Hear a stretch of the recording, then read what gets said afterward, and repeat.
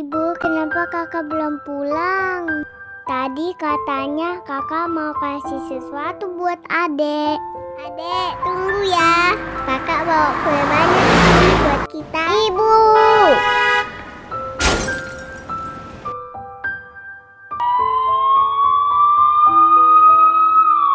Semoga kakak tidak apa-apa ya, Bu. Teman-teman bantu like dan subscribe ya biar kakak cepat sembuh. Terima kasih ya.